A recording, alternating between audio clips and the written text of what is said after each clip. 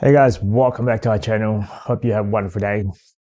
In today's video, just give you an update when it comes to this side hustle that I'm actually trying out. Um, it's officially that I'm actually running as of this week.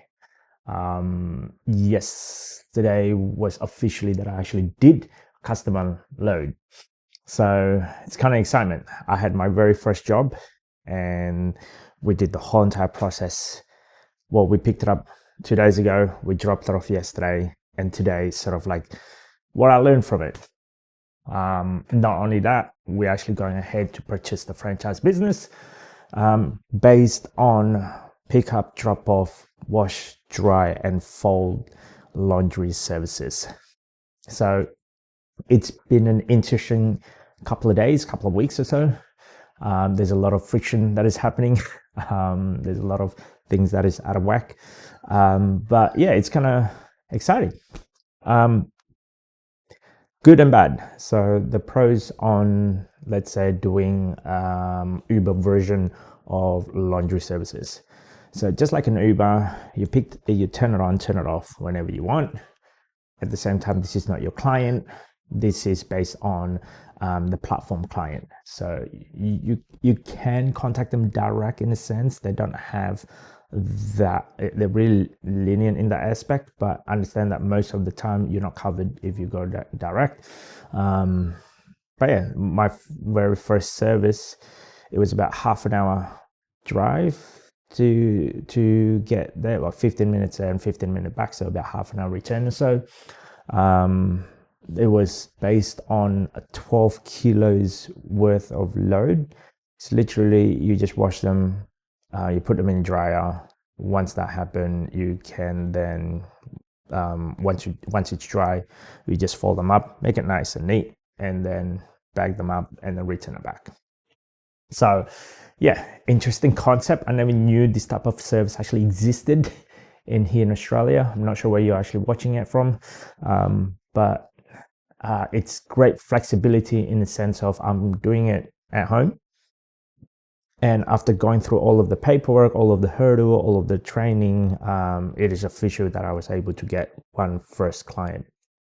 After I'm dropping off that particular client, I'm actually going to do another pickup this afternoon. There was another booking. So the possibility of this, if you have multiple dryers and washer at home, it's possible that you can make a good living out of this. And if you're working from home, if you have that flexibility. I myself, I still work full time and I do work remotely 100%. So that's really helpful. It could be your side hustle, let's say side income. My plan, on the other hand, is actually doing the pickup before work, let's say, early morning or so. And then the drop off is the same thing in the afternoon. Once I clock off work, I can then do a delivery or so. However, in the meantime, instead of me working at home like right now, the odd occasion that I want to have a 5-minute break instead of your 10-15 minute break, I can do the laundry and give you a stretch or so. It gives you time out from in front of the computer. That's what I like about it. The system, I guess, the services that I'm doing, it's only that. I'm not doing ironing, I'm not doing linen hire, I'm not doing anything else. Just wash, dry, and fold. You pick it up, you drop it off, and that's it. Based on that customer, I think, let me have a look at the numbers in here. Over 3 load, well, not 3 load. We do have a big washer and dryer at home, so it's very helpful. So let me have a look at the stats in here. So my very first customer, so it was invoiced to the customer roughly at about $90 odd or so, and after all of the things, after all said and done, probably getting roughly about just under $80, so $78 is worth of commission. Just like an Uber, they take a cut from the top, and you have to take care, obviously, your fuel, your depreciation, your wear and tear on your vehicle, plus machinery, and everything else that comes in between. So ideally, on the other hand, if you have multiple pickup in one hit, then you can do all of that in one hit. Have multiple machines, that will be good. So yeah, as a whole, $80 for 2 load, let's say. So that makes it about $40 per load. And that one load, I split it into two because it's like, I don't know, maybe about 10 kilos worth of load. But my washer and dryer, you can fit the whole entire lot in one hit if I need to do that. The pros, I guess the idea of this, if you have a big dryer, big washer, then it's ideal, because on a typical bag, a laundry bag is roughly about 10 plus kilos or so. So if they have it into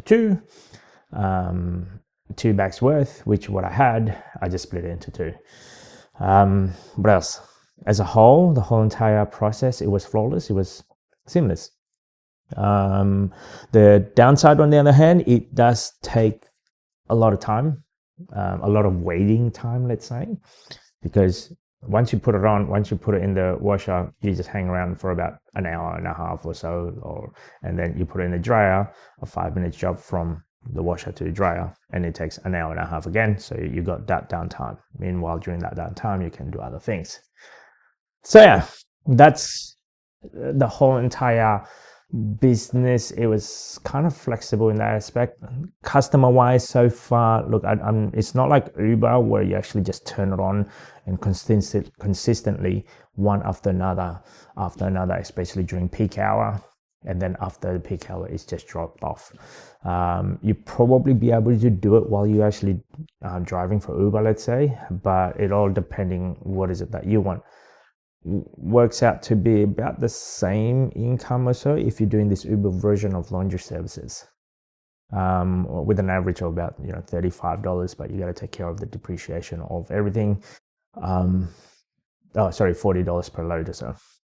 Now, I also did the training for the franchise business.